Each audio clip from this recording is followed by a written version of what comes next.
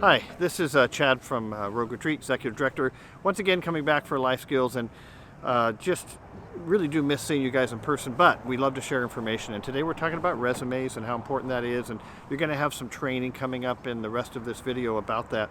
I just want to share with you that at Rogue Retreat, we've been hiring a lot of people in the last year and going through resumes and having interviews with people. And I'll tell you some secrets that I'm learning. A resume is a big deal, and when I look at a resume that's been put together well and it has information that can tell me a little bit about work history and a little bit about what they're good at and their skills, that's a big deal for me to read that. And it's got to be simple. If it gets too long, I'm not going to pay attention to it, but if it's simple and I can read it, then I want to know who this person is and I want to meet with them. And when we interview, when it gets to my turn interviewing, I'm looking for three things. I'm looking for how humble this person is, how hungry this person is, and how smart this person is. And let me explain that. Humble means that they can have confidence, but they can't be arrogant and they can't be cocky. And if you come into a resume and you kind of act like you're the best thing since sliced bread, I'm not really interested much after that point. So I want to know a person that, yes, believes in themselves, has confidence they're going to do the best job they can do, and they're going to come to work excited about work, but they're also humble, realizing that there's more to learn, and they want to learn, they want to do educate, they want to be trained. Those are the people that we look for.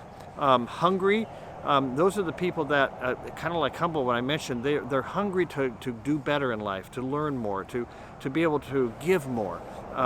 We have so many people that come to Rogue Retreat that they want to give back, because maybe they've had a bad time in their life up to this point, and they want to give back. Those are the hungry people that every day show up to work excited and anxious to be part of what's going on.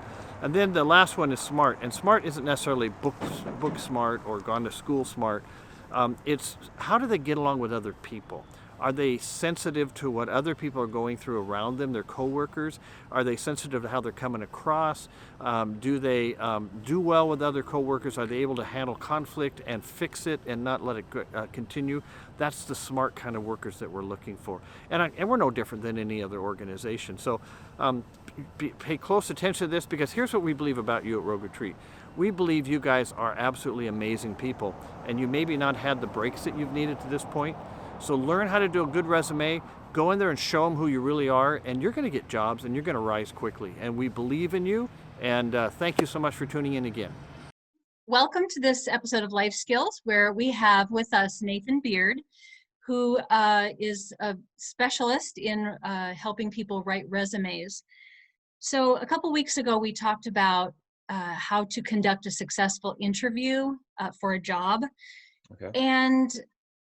But the thing is, if you don't have a good resume, sometimes you don't even get the invitation to the interview.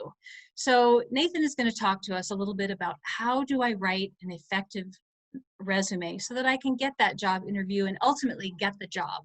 So Nathan? All right. Thanks a lot. I'm happy to be here. I guess I'm like an employment specialist. I don't know if you want what my contract with Voc Rehab calls me, a job developer. So, but basically my history of working with people that have barriers to employment started 10, 15 years ago at Jackson County Community Justice. So I've worked with a lot of people that have been in recovery, have struggled to find housing, transportation, and then struggled to get jobs because they have criminal history or they have those barriers to employment. So what I can help you do, what I'm going to talk about today, is how perhaps I could help you personally, but also how you could utilize my company's website, which is just my name, and I'll share it with you here a little later. A resume is basically a ticket to the job search game. Like, it doesn't mean, it's not going to make or break you when you apply for a job, but you have to have a resume. And if you have one that's up to date, has your current contact information, and it looks good, has no errors on it, and you can leave it places and you can carry it with you in a backpack in a folder, then you're going to be ready at any time, because you never know when you might run into somebody that has a job and you can say, well, here's my resume. So making one, I can make them in 10, 15 minutes. So one thing we could do together is I could get you a resume template. I could print them off, drop them off at different Rogue Retreat places. And if you guys can fill them out and get them returned to me, I'll make your resumes. It's all free, and I'll just donate the time and I'll get them back to you. And we can work that way, because I know it's hard to work together during the COVID-19 restrictions.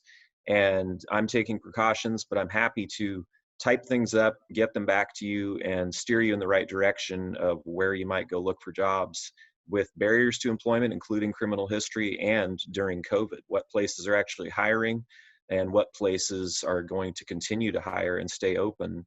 Because I think that's important. I think it's always easy to get a job. I don't think it's that hard, but is it the right job? Is it going to last? Is it going to stay open?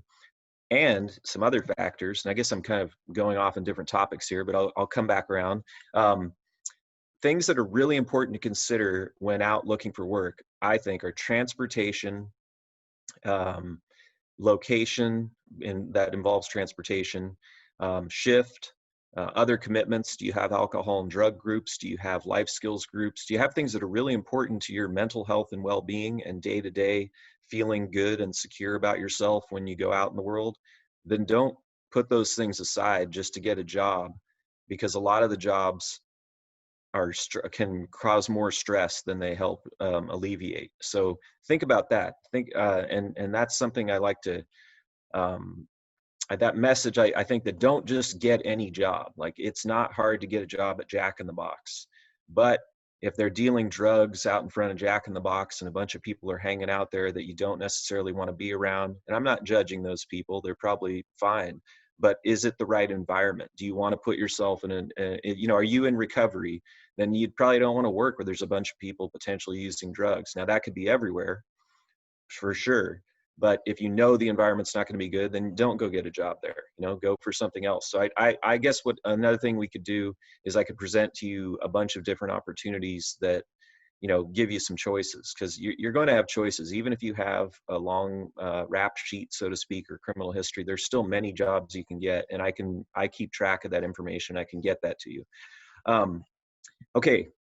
I'm kind of rambling here. I'm going to share my screen for, let's see here. I'm going to go to my website.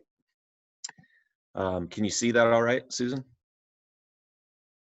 Okay. So this is the website. It's nbjobdevelopment.com. And the main thing that I think can be helpful is if you go to the resource section. So you go to resources, click on job search documents. There's that horse shooting lasers out of its mouth. That's just for fun. So on the job search documents, one thing that's really cool is the master application. And this is something you can click on this. You can download it to your phone or your computer. I know there's a computer at the Kelly shelter. You can open this up and you can print it. I think you can even, you can type it out on the screen and then print it and have it all filled out. But either way, a master application is a document where you're going to list all of your information, like your address, date of birth. Now, you don't have to put your date of birth and social security, but basically what it is it's a place for you to list all of the details about you and your current living situation and anything about past employment history, military experience. You see first employer, second to last employer. Basically, all the information you're going to need going forward when you apply for a job. And then when you fill this out, you have it saved, you have all the phone numbers. It may take you an hour and a half to look up all those past employers. Like, I worked at Taco Bell for a month, or I used to work at Knife River driving an aggregate cement truck, but I don't remember the address. So take the time, take an hour, look all that up on Google when you have access to a computer. If you're on supervised probation, you can go to the resource center at the probation office from 9 a.m. to 5 p.m. every day, Monday through Friday, and they have computers you can use. They take your temperature, they make you wear a mask. But if you go in, you can get help using the computer, and you can print this up there, type it up, fill it out by hand. So that's one thing. That's the master application. Go back to the resource page. We talked, Susan mentioned resumes. Now, making resumes is really important. It's not the only thing with job search, but a resume, here's a quick template. So if you click on the resume template, it's simple. Now, just to clarify, this doesn't make your resume, but if you fill this out, and you can see, you can click on this and you can type in it. You can also print it. and then you can print it out. If you fill it out by hand, then you can get it to me. Or if you know how, if you're advanced and good at computer stuff and phone stuff, you could save it and email it to me through the contact information on my website, which is way down here. You could go to this and email your resume as an attachment to my email address, or even text it to my business phone number here. So that's one thing. You don't have to print anything. And if you just need a resume and you can fill it out, if you can do that part of it, I'll make the resume for you. I'll contact you, make sure we get all the details right, and then I'll print you 30 copies and give them to you in a folder. We'll meet in a public place outside, mutually convenient place, and we'll get it to you. So the resume template, you're going to put your name, address, phone number, email address. Now, even if you don't use email, it looks good to have an email on your resume, because then it looks like you're in the modern world and you have an email address. Now, I know some people have like 18 email addresses and they forget all the passwords. So if you need to make a new one and you need help with that, I can help you with that. It takes 5 minutes. We'll go on, make a new one, make it simple, make it your name and 541@gmail, something like that. Now, an objective could be as simple as employment, right? Or you could make it specific. Part-time retail job, right? Whatever it is, you can make it specific. To obtain long-term stable employment. I guess that's not really fancy. That one's kind of simple too, but you can make it whatever you want, and you don't have to have an objective, but you could. Skills, change my position here. Skills, you can put things like, I want to put transferable skills. Positive attitude. And people say, well, that's not a skill. Well, I beg to differ. I think if you have a positive attitude and people can tell you're motivated, I'm motivated. I show up, I'm ready to work. You don't have to make me work. I'm not going to play on my cell phone. I'm here to work. That's a skill. That's a choice. Are you honest? Yeah. Boy, honest people that try hard and that are positive. Sounds like a good employee to me. Willing to learn. Are you willing to be trained to do multiple things? And remember, you might get a job that's not your favorite job, but are you willing to work on it and make it work for your schedule, try your best at it before you move on? That's fine. People switch jobs a lot. Be honest about it.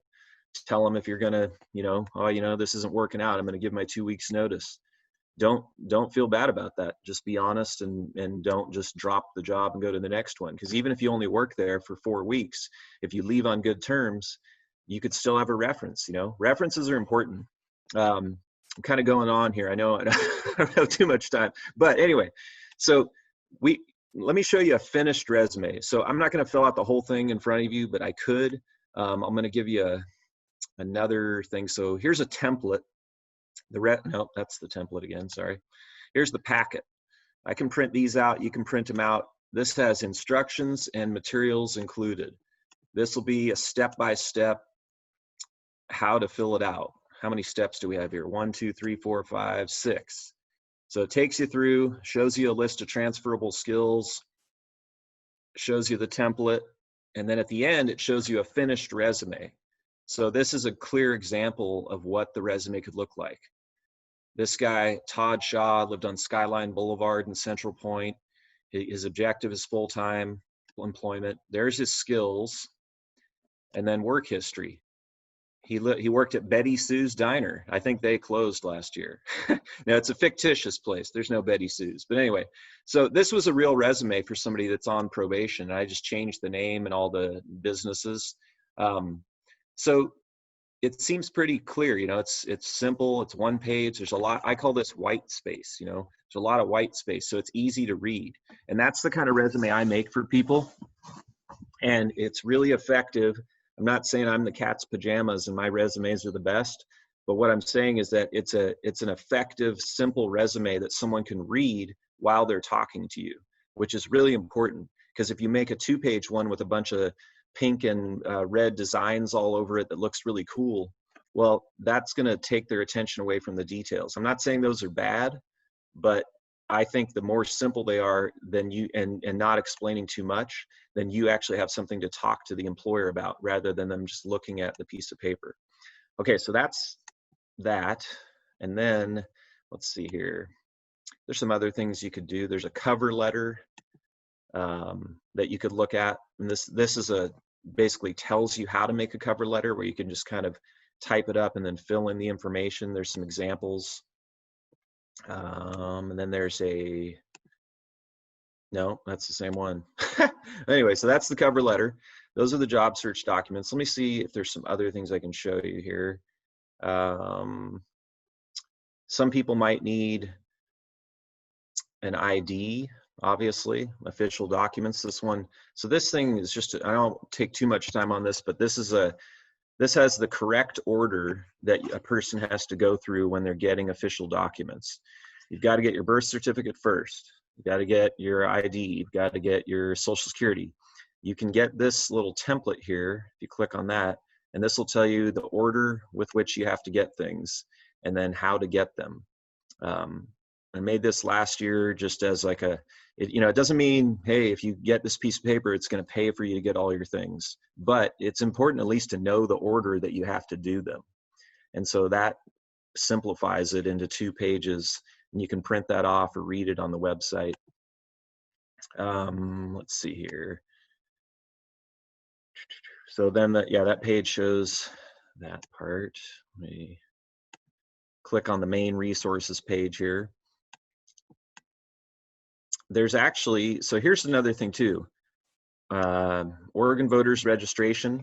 So I'm not politically charged. I don't want everybody to vote, although I think it's a good idea. But the good thing about registering to vote is that you can do it online. You can do it, the registration to vote, the voter's office is upstairs at the probation office at 1101 West Main. Now, the point of registering to vote is that you can get official mail to your address, get the voter's registration card, then you have, government mail that you're getting, which is good. It's a pro-social thing to take part in. And most importantly, click right here on the I-9 form. I-9 form is the form that employers have to use to verify that you're a citizen. So they have to fill it out. So this is what it looks like. And these are this is the list of documents that you have to have for an employer to verify you. If you have a passport, you're good. You only need one. If you have any of these things, you only need one of them. Most people need one from list B and one from list C. Now, if you scroll down here, look at number 4, voter's registration card, right? So get that card, go to the probation office, fill it out in person, register to vote. I don't care if you vote.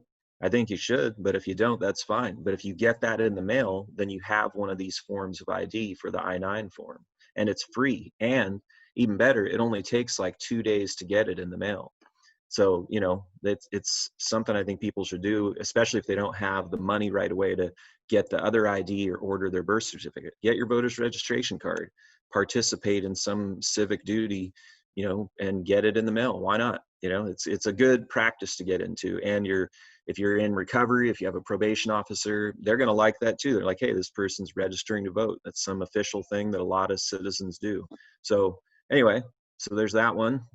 I'm going to stop sharing real quick. Go back to, whoops. Okay, so I stopped sharing because I was going to go on forever if I didn't. So, but basically, what I can do for you all at Rogue Retreat that's realistic and feasible is, you can contact me by phone, you can contact me by text, email.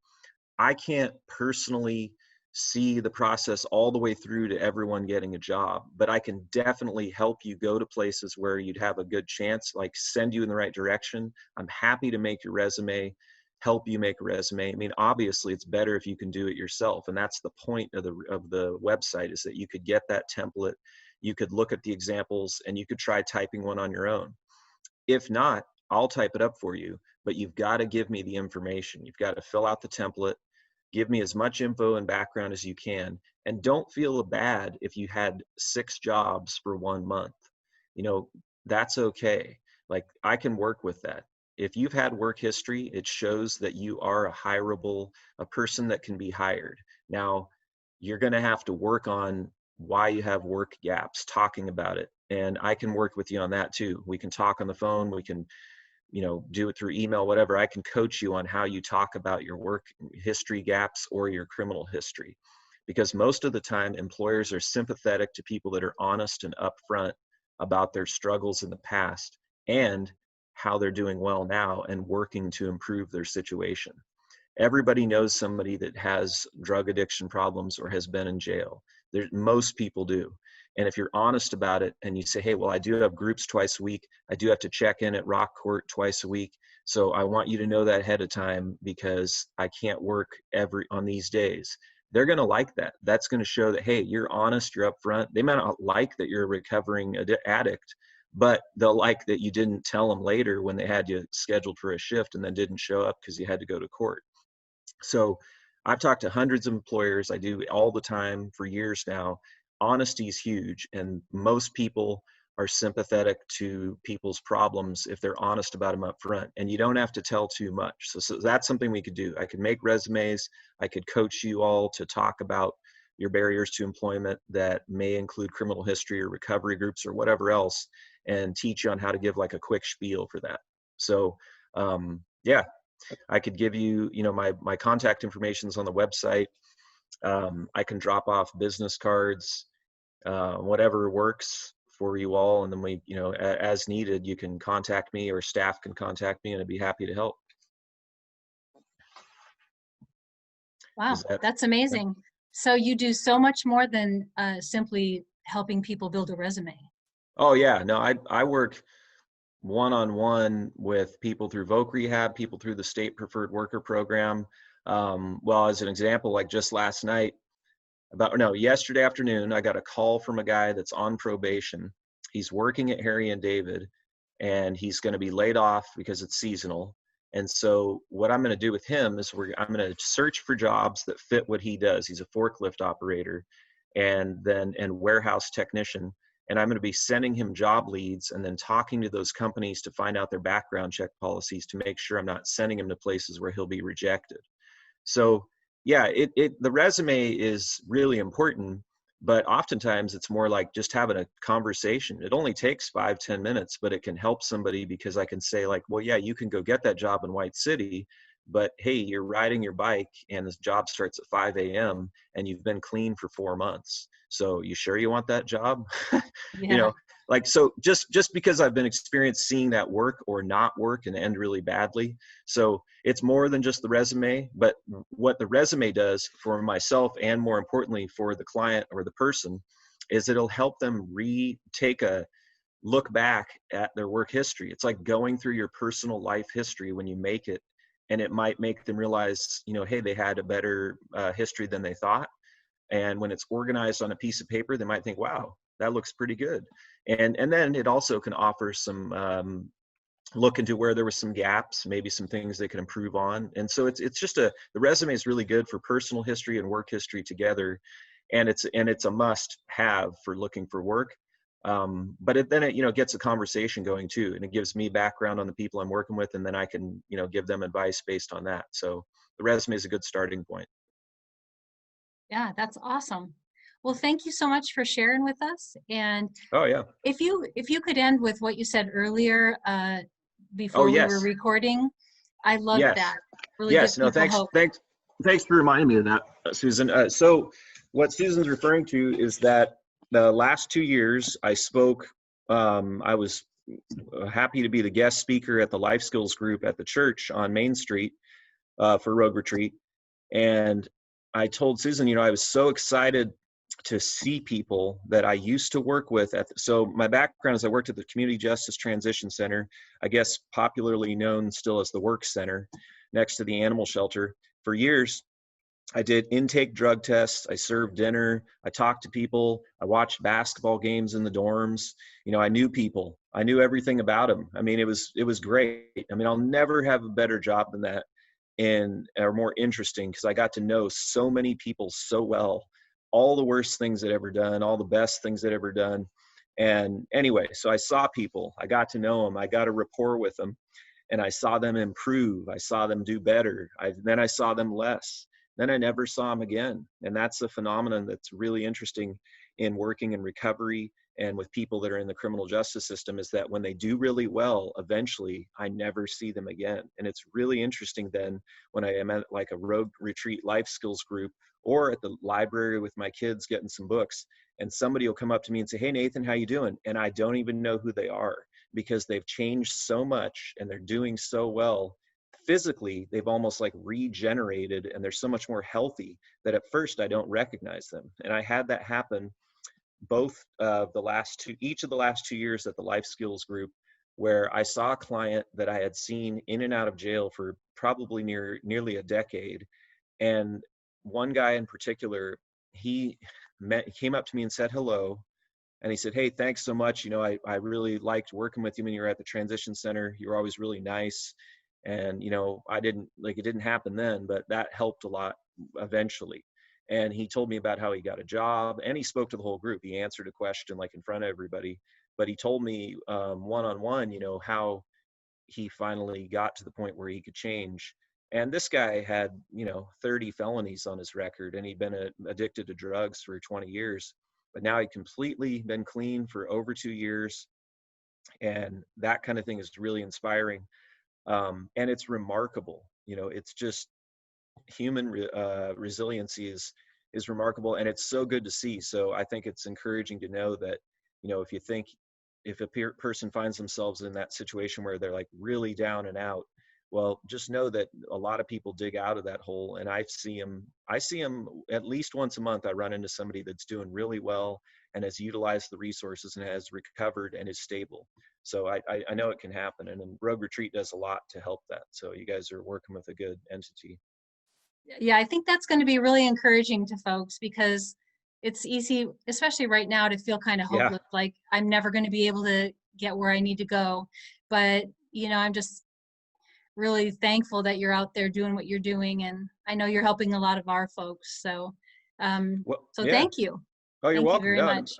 I'm glad I was able to be part of it, and I'll look forward to hearing from anybody, and we'll see what we can do.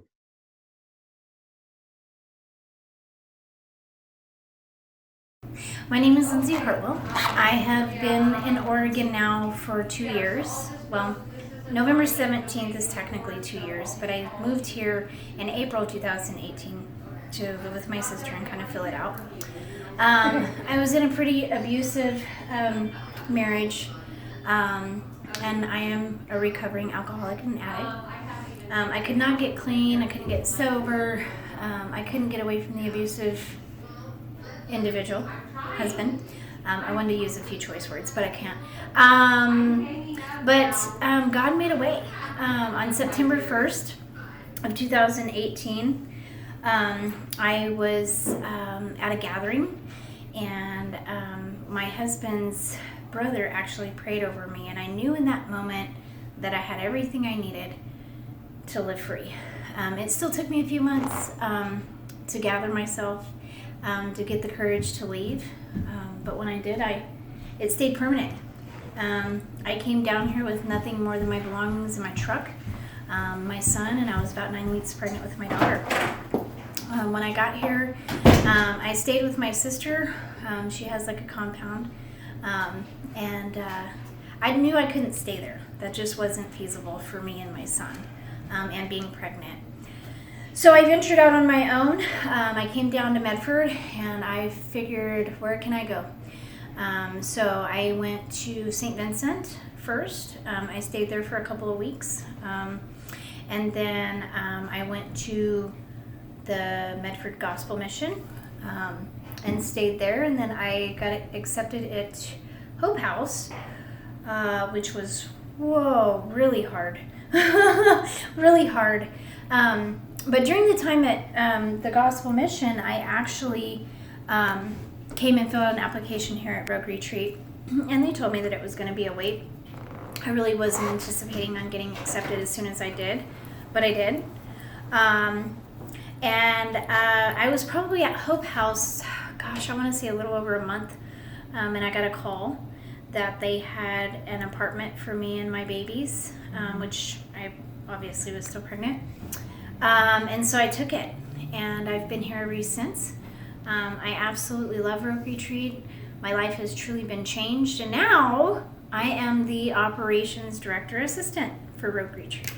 So God has just been moving in leaps and bounds. I got my peer support certification August 29th, and I'll get my state certification on, well, I'll be able to resubmit my recovery letter on the 17th of November, and then we'll just go from there. I don't move until God moves, and that's just where I'm at. So that's me, that's who I am, and that's why I love Rogue Retreat. Hi again, everybody. So this week we talked a little bit about job development, how to do a resume, how to find that job that is really going to satisfy that longing that you have to do something meaningful. But maybe that's not the kind of job you have right now, or maybe that's not the kind of job you think that you can get. But in this episode, Nathan Beard put forth several good ideas about how to move forward in your job situation. And so I really want to encourage you. I think we've put his number in here so you can contact him or contact your case manager who can help you get connected to those kind of resources. But I want you to just encourage you. This is a difficult time right now, but it's still a good time to move forward. And so use what you've learned in this episode to move forward in your employment skills and in your employment life. Don't worry about getting a job that maybe isn't where you ultimately want to be. Everyone's got to start somewhere. I know my first job was hoeing weeds in a bean field back in Michigan, and I was only 14 and I was saving for college, but you got to start somewhere. It wasn't lovely, exciting work, but one thing I've always tried to do too is just to find that place of peace in whatever I'm doing. So I've always enjoyed all my jobs because I can always find something that I can learn or enjoy about the job. So I wish you all the best. Thank you for listening, and have a great week. We'll talk to you again next week.